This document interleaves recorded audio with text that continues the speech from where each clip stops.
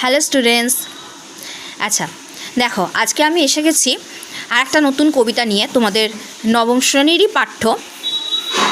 দেখো, নূতন জীবন।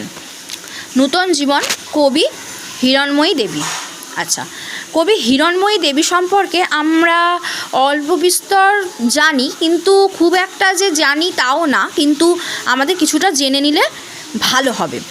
চলো আগে আমরা কবি সম্পর্কে কিছু জেনে নিই। ইনি কিন্তু একজন খ্যাতনামাই কবি ছিলেন। আমরা নাম এই তোমাদের পাঠ্যাংশে আমরা এই হিরণময়ী দেবীকে পেয়েছি। হিরণময়ী দেবী কিন্তু রবীন্দ্রনাথ ঠাকুরের একজন আত্মীয়া ছিলেন। তো দেখে নিয়ে এসো কী আছে।